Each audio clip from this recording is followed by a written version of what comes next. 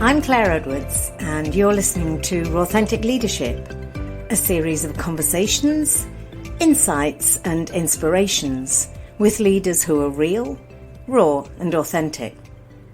Today, I'm thrilled to be bringing you a conversation about inclusive leadership that I had with Joanne Lockwood, founder of See Change Happen. How do we build a culture of inclusion throughout our organisations? How do we unconsciously exclude? And how can we start to make the unseen seen? In the spirit of authenticity, I'll share that, yes, we did have some audio issues. And if you listen to the end, you'll find out why I didn't ask Joanne to record over. So please aim to overlook these issues as the golden nuggets of learning that Joanne shares that you can implement immediately to build a more inclusive culture are truly invaluable. Our conversation begins with Joanne sharing her not-so-inclusive leadership style from the past and what brought her to learn so much from experiencing exclusion on a grand scale. Enjoy. I first met Joanne Lockwood at a chapter meeting of the Professional Speaking Association, and at that time I was on meet and greet duty. We got chatting briefly on the topic of inclusion, and when I sat down for the evening and listened to all the presenters, I became acutely aware of some of the language that we use that potentially can exclude, even such a simple thing as "Good evening, ladies and gentlemen." So afterwards, when we were chatting in the break, I said to Jo, well, what could we say differently? And her response was, "Good evening, everyone." Duh. That simple change really stuck with me. And you can probably guess that my theme for the podcast today is the inclusive leader. After a career in the Royal Air Force and IT, Joanne founded See Change Happen, a diversity and inclusion practice focusing on LGBT+ and transgender support to organisations and leaders, breaking down misunderstandings and the fear of getting it wrong. I am so keen to be in conversation with Joanne today to explore the role of inclusion in leadership, where Jo thinks we currently are, and steps we can take as leaders to grow more inclusive cultures and organisations. Joanne, welcome to Authentic Leadership. Oh, good evening, Claire, all the way from the UK on the election night here in the UK. So it's a really interesting day for us over here, and it's fantastic. I remember that first meeting we had at PSA in Reading, probably 18 months ago. Yeah, I remember that very, very vividly. Wow, yes, it is an auspicious occasion today. Jo, before we go into the work that you do with See Change Happen, I'd like to hear maybe a little bit more about your own experience as a leader in the past and what inclusive leadership meant for you then. Yeah, certainly. As you're aware, I've lived two lives. The first 40 odd years of my life, I was assigned male at birth. I ran an IT company. I employed people. I grew my business to a peak of about 20 people. I also did some other things. I was national president of the Round Table, a men's club, so I ran committees and meetings and used to hang around in a very male environment. And latterly, I gender transitioned about 3-4 years ago. And so I have two distinct elements of my life. And when I look back to my male life, I can reflect on when I ran the business. I didn't have any special training or tools in my toolbox to be a leader as such. And yeah, I know I got it wrong a lot of the time. And I've actually had recollection of incidents over my career where people in front of me have cried. And I wouldn't say it's because of me bullying them or creating that sort of environment of stress or anxiety, but I think I didn't listen to people. I kind of had my own opinions, and I probably had no empathy for what they felt. And I was also very pushy and demanding about getting the job done. IT is kind of like a very binary. It works, it doesn't work. Had customers to service. And so I did put a lot of pressure on people to, I saw it as for customer service, but I didn't probably reflect enough on how the people enjoyed their role, enjoyed their job, whether they wanted to come to work, whether they liked me or valued me as a leader, or whether it was just a necessary coming in for the paycheck. And I think as part of my change of life, I sold my business. I came out to the world. I announced who I was to my family, my friends, to my workplace, and then I tried to set up a new business. So kind of all those kind of things, three things at once. I often describe it as putting my life in a blender and pushing the button, the lid comes off, and it's sort of sealing on the wall. You try to scrape it back and rebuild something I had. I think part of that process, because I was very conscious about how I created pain in others. I was conscious of my pain. I wanted acceptance. I wanted people to love me, validate me, and respect me. So I've been very hyper aware of my footprint, my place in the world.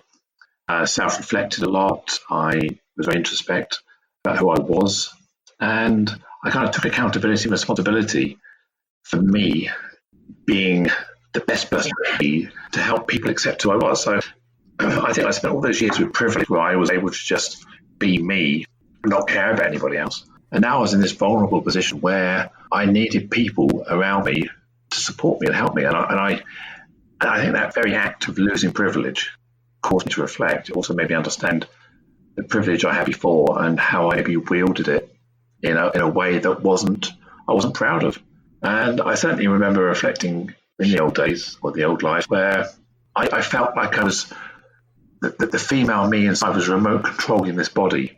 And the conversations I was having were going wrong. I wasn't proud of them at the time. I reflected after thinking, that isn't what I meant. How did that happen? And I think as part of the transition of reflecting, I kind of started to understand where I was going wrong or where I could improve or how I saw myself completely changed. And I wouldn't say I look back with any being ashamed or disappointed in myself, but I can certainly see how I created a version of me that I probably don't like. I didn't, looking back on it. Wow, I'm just thank you, and thank you for your honesty and your authenticity in that. I'm thinking the whole process of transitioning must be scary and takes courage, but it sounds like there's been a gift in the challenge revealed in terms of your outlook on life and inclusion. So yeah, there's an interesting, it's either an irony or a coincidence. I'm not sure which. I think it's common amongst people who've had a major life change or disruption to their timeline. Whether you've been involved in an accident, you've survived an illness or scare, a close friend or family has maybe been through a trauma or passed away. And maybe as you get into your 40s and 50s, you start to think about life differently. And sometimes this life event causes you to question who you are and who you want to be and who you should be.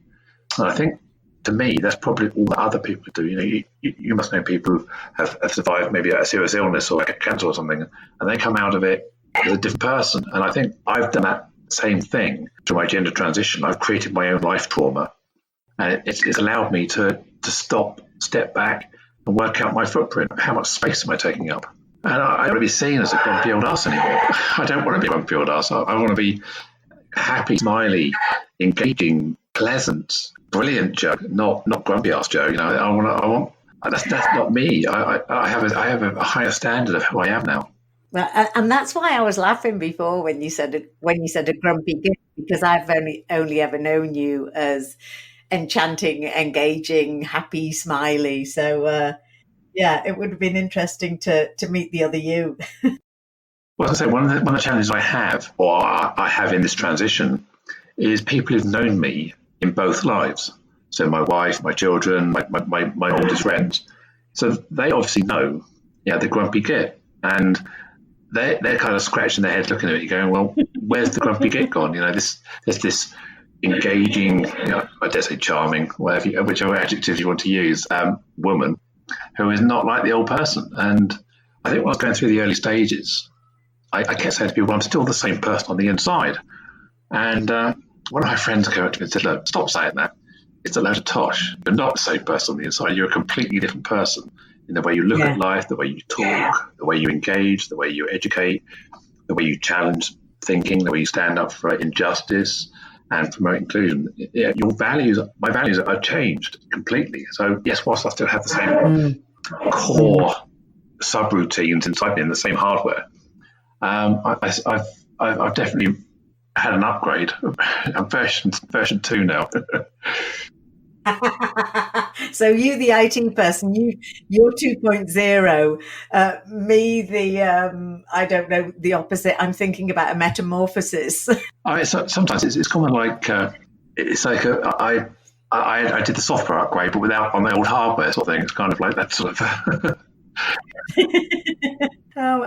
When you were talking before, you said about the need to belong, and I picked up on something on your LinkedIn profile that you describe yourself as an inclusion and belonging specialist, which I absolutely love, and I'm keen to find out more about what do you see as either the role of inclusion and belonging, or what the difference is, and what does belonging mean to you, and why is it so important in your business to help people develop a culture of belonging?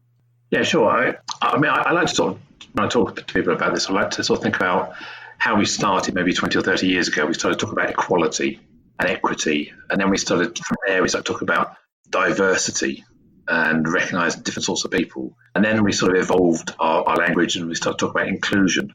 Inclusion was the next great thing. Then we started talking about belonging, and now we started talking about culture, employer branding, values, vision, and how our product, how our company is seen in the world.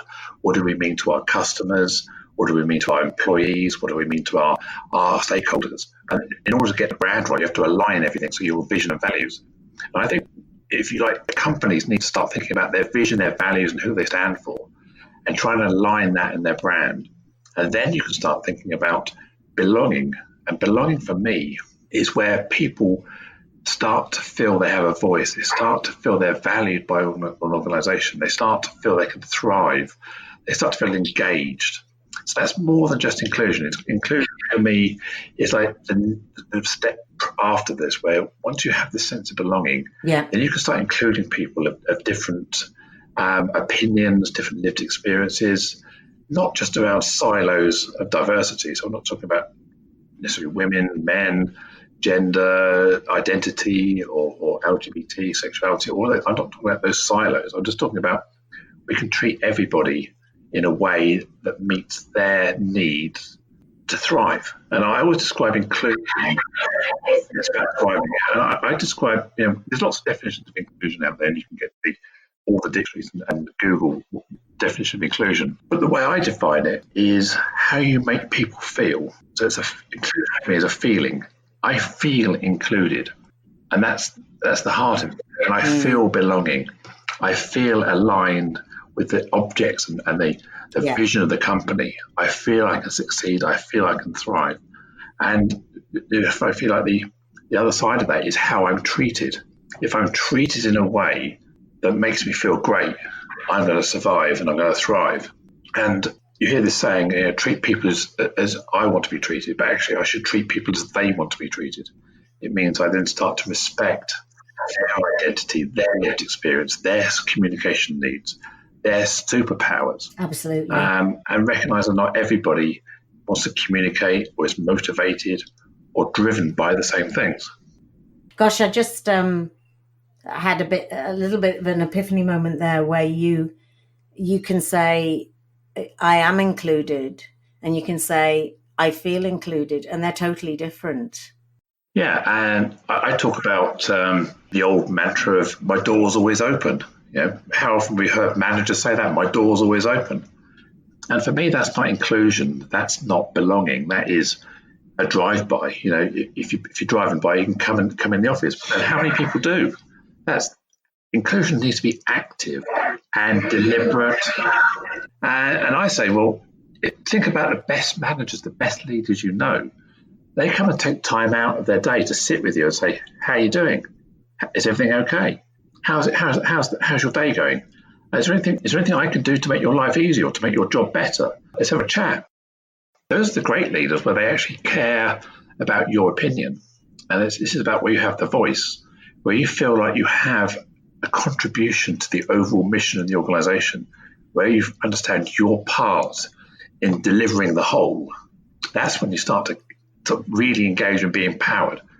And the best leaders take time to understand each person as an individual, how they like to be motivated, how they like to be communicated with, and actually care about them at a personal level.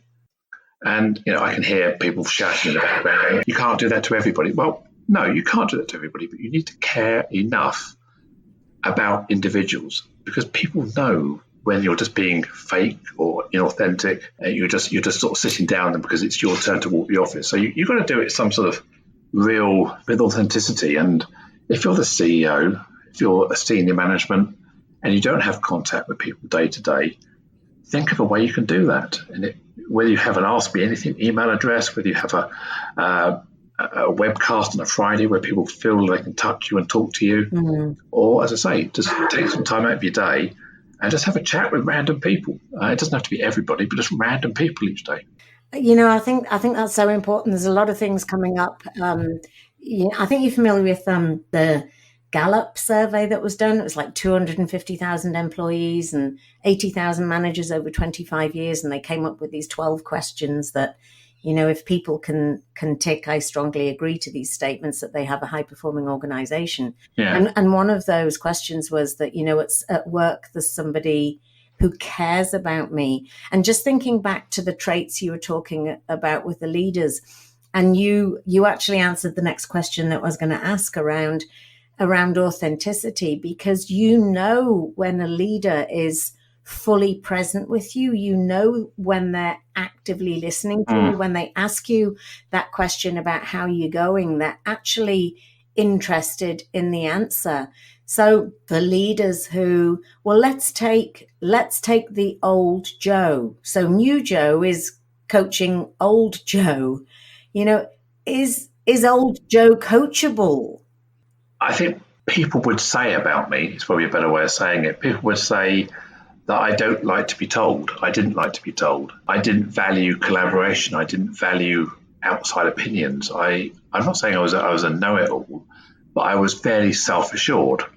And I probably put a lot of thought into what I wanted to do, and then communicated the end result, my decision, my thought, rather than saying, this is what we're trying to achieve, everyone. Anybody got any ideas? Without giving my opinion first. Often, a strong leader will give their opinion, and then everyone feels they've got to agree with it almost. So a great way of asking people's opinion is don't give anything away of what you think. So start with, this is what the company is trying to achieve. Has anybody got any thoughts? And then full stop, and then let people talk. And then as a leader, only summarize and bring it together at the end once you've let everybody have a say. And I was probably the opposite, where I'd say, this is what we're trying to achieve, and this is why I think we should do it. Is that okay, everybody? And everyone used to go, yeah, I suppose so. That's what you decided. Whereas now, because but I'd spent a long time in IT, and people called me an expert. I was extremely competent in what I did. And I think when I've changed career, I've done a complete U-turn. I've gone from being an IT professional to an inclusion and belonging specialist, which is kind of more an HR people function. And I don't have 25 years experience of doing that. In fact, I've got 25 years experience of probably doing it badly. So I've had to collaborate. I've had to learn. I've had to listen to people. I've had to go into environments where I don't know everything. And I've had to ask people to either share some knowledge or ask their opinion or verify what I'm thinking. So I suppose by the very nature of the fact that I no longer consider myself an expert, my imposter syndrome, my limiting beliefs are kicking in, and I feel I need somebody's validation and pat on the back. So that's probably caused me to be less self-assured, more collaborative, softer, and more inclusive. And these are the traits I think that so many people are looking for in a 21st century leader, that courageous vulnerability, that ability to say, this is a complex problem that we need to solve, and I don't have all the answers, but collectively we'll probably arrive at a brilliant solution. Yeah, it's this, we promote good people into leadership roles who are maybe great technically or great procedurally or they're a great accountant, they're a great IT person, they're a great engineer, but that doesn't necessarily make them a great leader. And we often don't give people the tools, the training, the L&D, the investment in them as a leader. And it's no wonder people get it wrong. It's no wonder that people fail, because their manager, their leader, is not leading them in a way that allows them to grow. Because if you look at the hierarchy, everybody in that hierarchy is a leader without training. Because if your person you report to is a great leader, then they will educate you and empower you and be your mentor, so you can become a great leader. If you're working for somebody who's a bit of an arse, then that's your style that you're going to learn, isn't it? Yeah, the culture begets culture, absolutely. Yeah, the survey you mentioned, I think one of the other things you said was, which has kind of been dropped recently, is about having your best friend at work. I remember that was one of the things that they kind of people started dropping about having your best friend at work. I think, well, I still think that's important. It may be not up there at the top from a company point of view, but from a personal point of view, I want to go into work tomorrow and sit with people I like, I work with, we're friends, we will socialize, we share stories. Because we're humans. We like having our stories. We like telling about what we did last night, what we're doing tonight, what we're doing with our family. We want to share our highs, our lows with people we trust. And we get this, again, this sense of belonging by this human interaction. And I think if you have a friend at work, you're more likely to value your role. If you have nobody at work that you're really friends with, then if you're feeling vulnerable to leaving, or feeling a bit disgruntled one day, having no friends is going to say, well, I've got nothing, I've got no one here that cares about me, I might as well leave. But if you've got friends, you think you're going to be really wrenched where you go, well, if I leave, I'm going to leave all these great people behind. I know I make new friends, but I love these people. And you might just pause your counter offer and say, okay, I want to stay, it's rather than leave. And I think having friends is a great way of employers promoting that. Is a great way of employers making sure that their staff love working there as well. And you're absolutely right, because it's not rocket science, is it? That if I feel I belong, if I'm with my tribe at work and I'm connected, then I'm going to be engaged and I'm going to be productive. I mean, you're not just going to be there and having a ball all the time and not actually do your work, but that sense of belonging will lead to being good at your job and being productive. And, just thinking back that I've been very blessed in this. I spent the first 10 years of my career in hospitality, so in reception and front of house. And when I was living back in the UK a couple of years ago, our team had its 37th anniversary reunion, and the same with the first IT company that I worked with. And that was because our leaders brought us together as a tribe, and we felt that belonging. So on that thread, Joe, for leaders in business who genuinely, authentically want to further develop a culture of inclusion and belonging, and I'm thinking more maybe about people development or stakeholder engagement rather than recruitment, because I think there is some progress being made there. What are some of the things that you help leaders with to foster that inclusion and belonging? I think the points I was talking about earlier, which is about communication, motivation, understanding different sorts of people as individuals, and not treating them as human computers or something. And I think recognizing that people are motivated differently. People communicate differently. We live in a world where we communicate through so many different channels: online, offline, texting, Snapchat, email, Zoom, Slack. We've got so many systems out there we communicate through, and not everybody has the same learning style, the same communication style. And we need to recognize that as a leader, that if I'm not communicating in a way you can understand, that I have to take responsibility for that. I need to adjust my communication mechanism as a leader to talk in a way that you, as a person who is maybe following me, a team member, can understand. And if they say, I'm sorry, I don't understand, can you please explain? That's now my responsibility. Because all too often people just go, okay, whatever, shrug your shoulders. What do they say? I don't know. So you have to take responsibility for the communication, and recognize that when we communicate on emails, on texts, wherever we are, we can't see the other person. So we need to make sure that what we're saying is clear. we can't use sarcasm, we can't use banter in it. We have no emotion in an email. How you write it and your inner voice when you write it is not the inner voice that comes out when the person reads it. And we've also got to remember that the person, when they read it, what they're doing at the time. You may have interrupted them. They may have been sitting on the toilet with their phone reading their email. They might have been sitting in traffic. They might have just been had an argument at home. They might have been watching some telly. So their whole mental state is unpredictable about how when they open and read that communication. So when we're texting people in the evening, we're texting people outside of work, or emailing people at work, we have to understand that the context in which you communicate may not be the context in which it's received and understood. So our intent is one thing, and then the impact. So it's about intent. And all too often people say, no, it's all about the intent. Well, actually, no, it's not. When we're talking about bullying, we're talking about victimization, we're talking about harassment, we're talking about sexual innuendos, all these sort of kind of things. It's not what you intended. You intended to be funny, but it wasn't. And the person who defines is the person who has the impact. It's the victim or the person that is the target of that communication decides whether it's offensive or not. And I think that's what people forget when they have privilege. You think, well, through my privileged lens of maleness or whiteness or straightness, you kind of have this view of the world and assume that everybody else sees it as you do, which is why it's important to strip your privilege back and walk in their shoes to understand how that impact would affect them.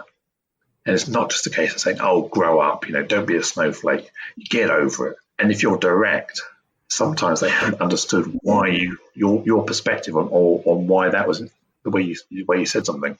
I think the other side of that is motivation, where we all get motivated by different things. If you look at the current studies, what the thing that people value the most these days from an employer is flexibility. And that's not working from home. That's the ability to be flexible within your day. It doesn't necessarily mean part-time work, but it means to have some level of control over your daily life, which allows you to plan your own work to a certain extent. It's not just about money. It's not just about status. It's about having your voice and motivating people. But there are people out there that love the Employee of the Month award. There are people out there that want the car parking space, or they want the badge and the medal or the pat on the back. So you have to recognise that people value different things at different stages of your life. When you're in your growth phase of your career, you're looking for money and status. When you hit your twilight years, you're 40, 50 plus, you're looking for a more plateaued, safer, more dependable lifestyle where you have time for yourself. Joel, I want to go back to what you were saying before about privilege. I've experienced, just seeing them on video, I haven't actually run one myself, privilege walks, and just the insights that people were getting around the level of privilege they had, and a real appreciation and understanding of difference. So I'm just curious to hear more about your experience of helping people understand privilege and gaining that appreciation. Yeah, sure. Let's start with a word, intersectionality. You may have come across this. It was coined in the late 80s by a black feminist called Kimberly Crenshaw. And what she identified was that at the time, the white feminists were kind of getting all the attention, and black feminists or black women were being almost excluded. So the white women were pulling the drawbridge up. And what she identified was that the more characteristics you have about yourself that deviate from the typical, the more systems of oppression you're likely to face. So the less white you are, the less straight you are, the less male you are, the less Christian or non-religious you are, or the less cisgender, if you're trans. All of these things compound. So a white, straight man has more privilege than a black gay man who himself has more privilege than a black gay woman. So all these systems of oppression compound. And what we have to do is recognize that when all these things come into play, that their privilege is therefore much less by all these compounding characteristics. So privilege itself is an unearned benefit or an unearned thing you have about you by how you're born, the upbringing, whether your parents were married, the access to education, whether you had to work from a young age, whether you were given things by your environment, by your parents. And privilege can be very incremental. When people say, I'm a self-made person, often they're self-made because of very small micro increments in advantage throughout their life. They didn't have to go to work at the age of 16. They had books when they were at school. They got the opportunity to go to university. They got the opportunity to go to a good university. And university, they didn't have to work Saturday jobs to pay their way through university. And then when they finished university, someone was able to offer them an apprenticeship or a job without them having to try too hard. So these little micro things that happen in your earlier life magnify when you're older. It's a bit like a pension. If you invest a lot early, it's worth a lot more at the end. And that also can happen with privilege. And it's very easy to not see your own privilege, which is why you hear this expression sometimes, check your privilege. Yeah, take a long, hard look in the mirror and think, okay, I'm white, I'm middle class, I talk with a native British accent, I've had a reasonable education, I've got a great circle of friends, my parents are married, I'm married, I'm in a family unit, I've got a home, I've got money, and I don't have to fight for every penny I have. So those are my privileges. And by checking that, I then compare someone else who I'm talking to and say, well, actually, you're black, you've come from an environment where your parents weren't married. I now have to start understanding your lived experience, your perspective, and the challenges you have just to come to work. If it's raining, I just jump in the car, drive to work. If it's raining, the other person has to get 3 buses, has to fight their way through the rain, has their umbrella turned inside out, they arrive 5 minutes late for work, looking stressed and wet and damp. The first thing I say is, oh, you're late. Actually, I've not thought about the challenges they had to get there. If I say, are you okay? How's it going? You've had a bit of a struggle this morning. You okay? Do you need 5 minutes to gather your thoughts? Take your time, sit down when you're ready, sort of thing. So I haven't just jumped to a conclusion. My first reaction is you're late. That's a privilege. And I have the privilege of being there on time. So I think sometimes it's understanding someone else's struggle to be them. And if you think about people in the workplace, the opportunities, I cast my mind back. I'm a great Friends fan. You think about some of the episodes where Rachel had to go out with the smokers to be part of the conversations. And often, if you're a woman, you have to try and force your way into the conversation with the men. Men will have conversations, they'll go to the bar, they'll play golf, and they'll network with each other, they'll tell jokes, they have in things. And as a woman, it's very hard to sometimes break into those things. So we have to understand that there's male privilege out there, and decisions often happen when a woman is quite rightly prioritizing family, prioritizing caring, being the home administrator, doing the shopping, doing the cooking, the ironing, the washing, and the man has more freedom in the traditional old way of gliding through life with the privilege of having a wife at home. If the wife had a wife at home, then she would be able to have the same access to network and to develop her career. But often she doesn't, because she has to look after her in this traditional old style of marriage relationship, which I know we're evolving away from. But that's still the case in many relationships. Wow. I'm just thinking, how a team might accelerate in their cohesion were they to sit down and have a discussion around privilege and really understand each other's backgrounds and challenges, and just listen, deeply, actively listen. Well, one of the sessions I run, I call it conscious inclusion session, where we can talk about what I mean by conscious inclusion in a sec, but I show this video at YouTube, which is produced by Accenture, and it's called Inclusion Starts with an I. It has a whole sequence of people holding up a sign that basically gives them a challenge. A woman holds up a sign saying, people think I only got promotion because I'm a woman. And then someone else holds a sign up, people think I'm less engaged with my role because I'm a mother. And a man holds up a sign saying, people expect me to be more engaged because I'm a father, not a mother. So people are holding up all of these things that they have anxiety about or they feel is impacting their work. And what I say as part of this is, at the end of it, I say, well, what would you write on your sign? What would you want to declare to the world? And I say, well, how brave would you feel about sharing that with other people? Would you be scared to be that vulnerable? And I say, well, wouldn't it be powerful if you all watched that video at work and then you all sat in a circle, wrote your sign up and started having a conversation about what makes it hard for you to come to work, what makes it hard for you to feel valued, what makes it hard for you to feel included. And then you're able to have that shared vulnerability. We can start talking about these things. And everybody goes, wow, that would be powerful, but really challenging. But wouldn't that be amazing if you do that in your workplace? Absolutely. And actually, that leads me on to ask you, are there organizations out there who are doing this well? You know, I don't think you'd ever tick the box of done that, achieved that, but are there role models we can look to in business, or do we still have a long way to go?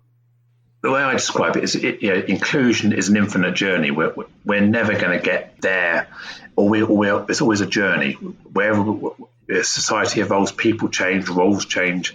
The mix is so infinite in possibilities that everybody is unique. So every scenario is going to be different. So this is this infinite journey. And I said, well, don't be daunted by the fact you never get to the end. From time to time, stop, look over your shoulder and see how far you've come. Not to be complacent and say, wow, haven't we done a lot of things here? But to say, actually, we have achieved something. We've got a long way to go, but let's learn from where we've got to. Let's not beat ourselves up. Let's say we're still on this journey. So when we talk about great companies, we can name the big four accounting firms. We can look at the big banks. We can look at the international companies. I've met some people the other day at a D&I leaders forum, and there's some senior people from major global organizations, and they are passionate. They are doing things. They've got employee forums. They've got engagement. They've got engagement surveys. They're talking to their people. They're training their leaders. They're doing all the great things. In the top 10 things you should do to be an inclusive company, they're writing the book on this. Yet still, it doesn't always permeate right down to the far corners of the organization, come down to one bit of culture in a team, one poor leader, one disruptive employee. I think we call them talented jerks or gifted jerks. So those are the people in the organization that think they're too important to have to fit in. They'll just be a jerk, basically, because they're self-important. We have these people disrupting. We have all these things going on. No matter who your organization is, you have to recognize that it's people, and people are random. People have different ways of thinking, and all the best will in the world, you can't get it right all the time. But what I would say is that there's still, if you look at the small, medium businesses and consider that, certainly in the UK, was it 90% of people are employed by businesses who have 10 employees or less? A lot of micro businesses. And so these companies often don't have the time, the resources, or will, or even awareness to invest in people in this way. So that's where it becomes a challenge, where the majority of people are actually employed by organizations that aren't necessarily inclusive or don't have even that on their radar. And that's where the challenge is in the small, medium business arena, to try and get that message out there, to be more inclusive, be less biased. And I mentioned earlier about conscious inclusion. And this is where I talk about unconscious exclusion. So we talk about unconscious bias, but I'm talking about unconscious exclusion, which is, let's tell it as it is. We often exclude people without realizing it, without thinking about it. And I challenge people to start questioning, check their privilege, question decisions, question thoughts. You see something and you have an opinion, you think, why did I think that? Is that a good thought? Am I being subjective? Is it gut feel?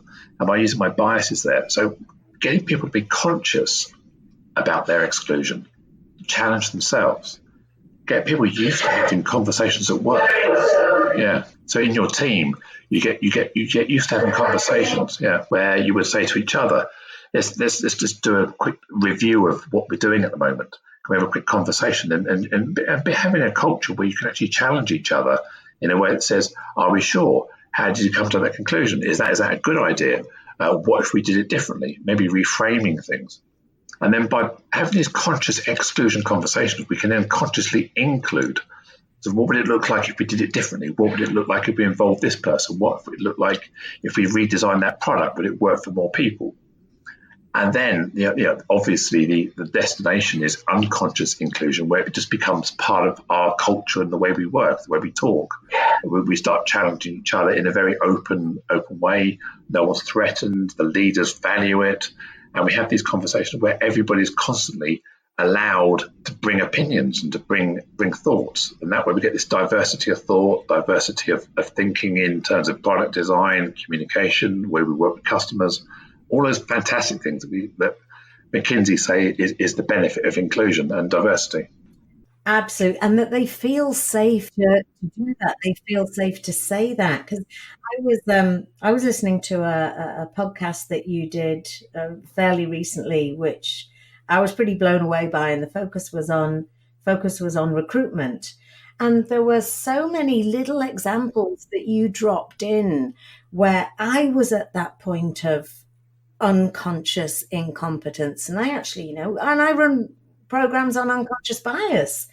And so going back to that is that how can we as individuals, and I think you've covered a lot of it, but there's probably even more, how as individuals can we start to make the unseen seen just in our everyday lives? I think you gave some examples around disability as well. Can you speak more to that? Yeah, I mean, one of my favourite ones. One thing I often say is, when we talk about disability, I often refer people to trains in the London Underground and even buses, where as you get on a train or the Underground, there's always a seat that's marked as a seat for someone who's less abled, someone who maybe is infirm, maybe someone who's pregnant, or basically a seat for someone who needs it. And I often sit in the Underground or on the train looking at who sits in those seats. And I observe often it's a busy train. People will just get on the train. They'll just sit down without thinking about it. It's a free seat. No one else is sitting in it. I'll take it. And to me, what that says is they exert their privilege. Why? They're not even thinking about someone who may need it more. And if you challenge them on it, they'll often say, well, if someone wants it, they'll ask and I'll move. But that's putting the onus back on somebody to stand up and have the courage to challenge them. Yeah. And not everybody wants to have that confrontational conversation. So when we talk about those sort of examples, I became self-aware of that when I travelled the Underground with a friend of mine who is a wheelchair user, and walking around London, getting on buses, getting on the Underground, in and out of offices with this person showed me how her daily life has impacted by being a wheelchair user and how the world isn't designed for her. This is where we talk about the social model of disability versus the medical model. The world makes her disabled. She is not disabled. She's disabled by the world. So think about how we fix things like that. And I think this is what I do, is I go out my way to learn about other people. I not in some creepy, stalky way.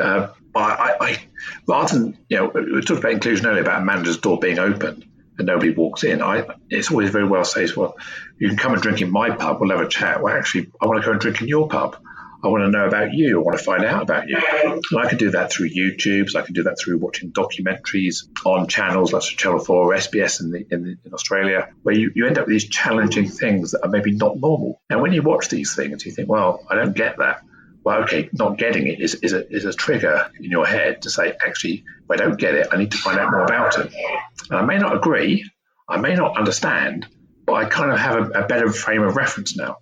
And I think it's up to us all to try and enrich ourselves. I encourage companies to set up some sort of voluntary scheme where each employee is allowed a day a month or 2 days a month to do volunteering in the community.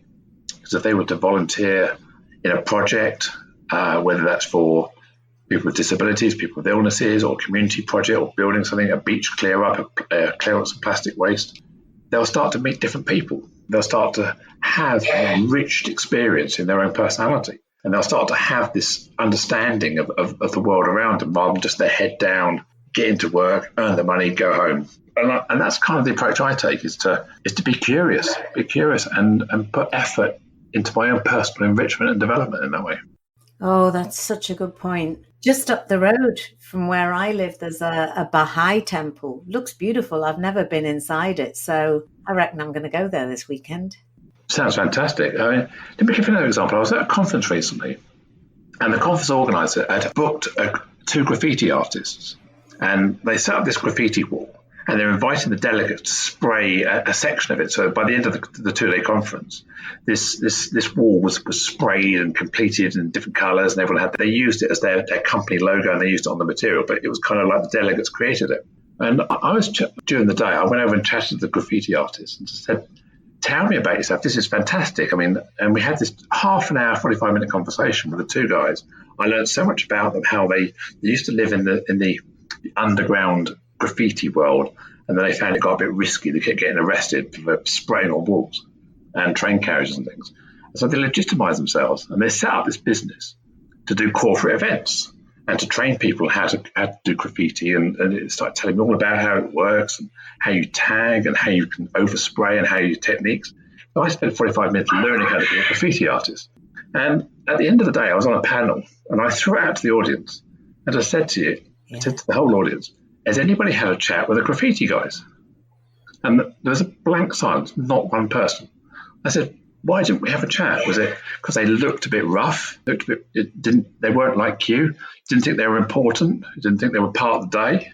And everyone kind of went, "Well, we just didn't." So I say, well, actually, when you go to an event, talk to the person who's not obvious. Spend time talking to maybe the waitress, talk to the person who takes your coat, smile at them, ask them a question, involve them. And I think that's kind of being a great human, I think. Not just treating somebody who takes your coat as the hired help. Say, "Hey, how you doing? Here's my coat. How was your day so far? Yeah, not long till knocking off time. Have you having a great evening tonight?" Just that bit of conversation, and start engaging yourself in conversation with people you never would talk to, and that allows you to understand other people's lived experiences, and then don't be afraid to talk to people who you consider more privileged. We say, "Oh, I couldn't talk to them. They're far too senior." Yeah. But if you get in the habit of talking to anybody, you lose your inhibitions to talk to somebody who is a figure of authority. Well, I think you've just rounded off our conversation beautifully with throwing down the gauntlet to us, and I love that. I've forgotten that I'd sort of stopped doing that as much. Because I live in Sydney, I get the bus everywhere. And I'd say probably 95% of people say thank you to the bus driver. And it's just, and having been in hospitality myself and having washed dishes and having waited on tables, gosh, there were so few people that actually engaged in conversation with me. Joe, it's been an absolute pleasure. I will put the details of your website and everything on the show notes. Are you happy for people to connect with you on LinkedIn? Yeah, sure. LinkedIn is great. Joe Lockwood. Search for me, Joanne Lockwood or Joe Lockwood. If you Google my name, I'm quite prolific on the first 5 or 6 pages. My website, seechangehappen.co.uk. And if you want to, on my website, there's a link to all the podcasts and video chats I've done, magazine articles, blogs. So if you want to watch me in person or see some of the talks I've given, they're all on my website. I think you're doing amazing work, Joe, and that the one thing that keeps coming back to me from this conversation is I feel included. And I actually have a little confession to make. I have in the spirit of raw authenticity, I have a confession to make to our listeners in that this wonderful, wonderful Joanne has just engaged with me in a second hour of conversation, because on Tuesday we had a very different but equally fabulous conversation, which I didn't record. And my expletives at the end of it were just horrendous. And in your graciousness and your acceptance and your inclusion, you said, "That's okay, let's do it all again." So, Joe, you're a bloody star. Thank you so much. No, it's a pleasure. I mean, this is what I do. I love talking. Not just, hopefully I don't talk about myself. Hopefully I talk about things that people can take away and do for themselves. Hopefully I like to enlighten, turn some lights on in people's heads. So the fact that we spoke for an hour the other day, for me, it was inspiring, invigorating. and motivating for me as well. So no, it was an absolute pleasure to talk to you again. I mean, we covered different things and in a different way, but it's just fantastic as well. So no, it's absolutely a pleasure. And anytime you're passing, happy to have a chat and a coffee with you. Wonderful. Thank you so much, Joe. Go well, and let's see what happens in the election. Bye. Bye-bye. And you. See you soon.